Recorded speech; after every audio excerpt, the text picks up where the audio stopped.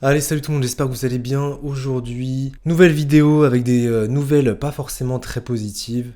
Comme vous voyez à l'écran, on a Pavel Durov qui s'est fait arrêter en arrivant en France. On voit vraiment que, bon, bah voilà, ils accélèrent les choses, enfin les élites, on va dire, accélèrent les choses. On voit aussi avec Andrew Tate hein, qui a pas mal de problèmes aussi. Et là, en fait, on voit que, bah, encore une fois, une preuve supplémentaire pour montrer que la liberté d'expression, en réalité, n'existe pas. On est sur un réseau social Telegram ici qui permettait bah, d'avoir vraiment, on va dire, une privacy, une vie privée, on va dire, dans ses messages, etc. Et bah ça dérange les gouvernements qui veulent bah, avoir accès à notre vie privée, avoir accès, voilà, à tout, absolument tous nos messages, etc. Ça, ce n'est pas récent, et donc forcément, bah, on arrête Pavel Durov en l'incriminant de tous les crimes possibles, que ça soit blanchiment d'argent, que ça soit voilà, crime, machin, etc. Ce qui est classique. Donc c'est assez embêtant, sachant que c'est un personnage que j'aimais bien. J'ai pas mal parlé de ton aussi sur la chaîne, et il y avait un peu justement cette dimension de résistance où, bah voilà, c'était résistance contre bah, ceux qui ne sont pas dans notre camp, qui ne veulent pas notre bien et qui aussi ne veulent pas qu'on ait une vie privée. Par conséquent, qu'est-ce qu'on a? Bah forcément, on a un ton qui a complètement chuté, qui a pris extrêmement cher.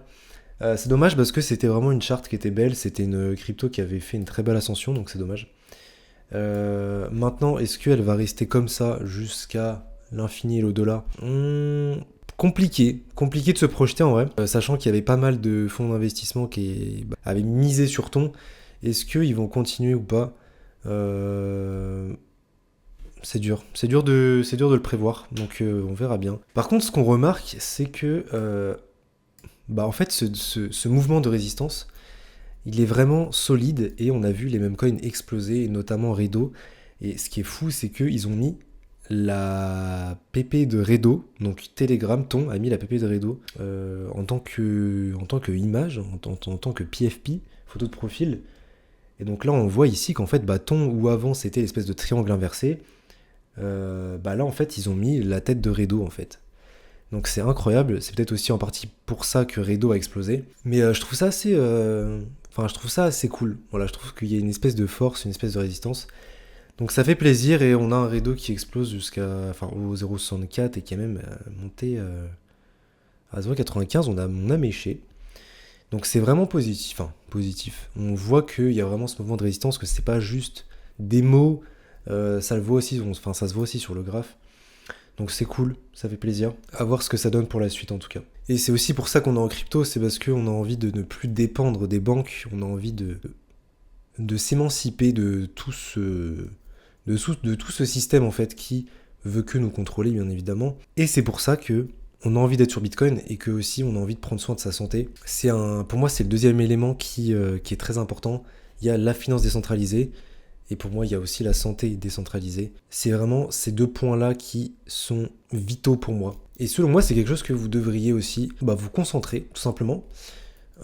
Puisque la santé, c'est un des domaines dans lequel on est beaucoup attaqué aussi. En plus de notre argent, bien évidemment. Et donc, voilà, tout ce que je peux vous dire, c'est faites attention à votre santé. Formez-vous. Et voilà, le but, c'est de rester en très bonne santé et d'être le plus riche possible. On retourne sur les altcoins et les frérots. Bon, qu'est-ce qu'on a aujourd'hui? On a un peu un espèce de ralentissement au niveau de BTC. Ce que je remarque, c'est un Fetch qui continue de bien performer, un Floki aussi. Voilà, le reste sont un peu en train de respirer. On avait Sats qui avait fait une très bonne performance aussi, qui respire, normal, logique. Au niveau du BTC, on avait atteint les 65 000. Ici, on est en train de digérer un peu. Ça serait bien qu'on rebondisse là-dessus. Donc peut-être, pourquoi pas aller rechercher à 62 000. Rebondir sur notre ligne verte ici pour pouvoir aller rechercher plus haut. Je n'exclus toujours pas le scénario d'un mois de septembre qui puisse être correctif, sachant qu'on a des baisses des taux et que, comme je l'ai dit, ça peut être bearish à court terme. Donc ça, je n'exclus absolument pas ce scénario-là. Mais si on peut aller toucher les 68 000 avant, et aller chercher quelques gains voilà, sur des altcoins, etc. C'est toujours bon à prendre. Donc à voir ce que ça nous réserve pour la suite. Et en termes de meme coin, des setups qui sont plutôt intéressants, j'ai Mog ici, que j'aime bien au niveau de sa communauté et au niveau aussi de la charte qui est vraiment intéressante. On a vraiment cette ligne de tendance ici qui est pour l'instant forte et on peut revenir à des niveaux très intéressants pour soit prendre des trades ou soit pour recharger tout simplement, pour commencer à investir, se positionner sur MOG. Donc on commence à être sur des niveaux intéressants, donc ça j'aime plutôt bien. Et Nero aussi, j'ai pas mal parlé de Nero. Retour aussi sur un support ici qui est plutôt strong pour l'instant. Attention, ça peut casser à tout moment et pourquoi pas aller chercher des niveaux un peu plus bas. Mais long terme, je pense que Nero, il y a un très bon narratif.